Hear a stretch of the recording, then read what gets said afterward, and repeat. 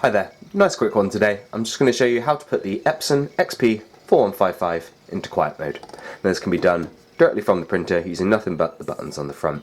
Now, if you're not already on the home screen of the printer, we just press this button up here to take us to here. Now we're going to use the arrow keys to move ourselves along until we get to settings, which is in the center here. So we press OK. Then we go down 2 options till we're on printer settings. Press OK again.